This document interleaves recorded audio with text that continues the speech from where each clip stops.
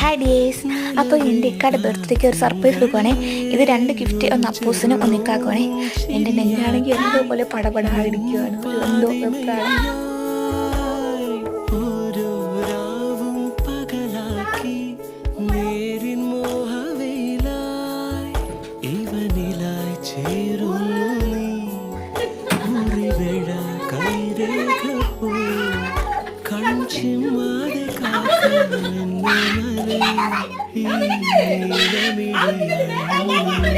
Hey,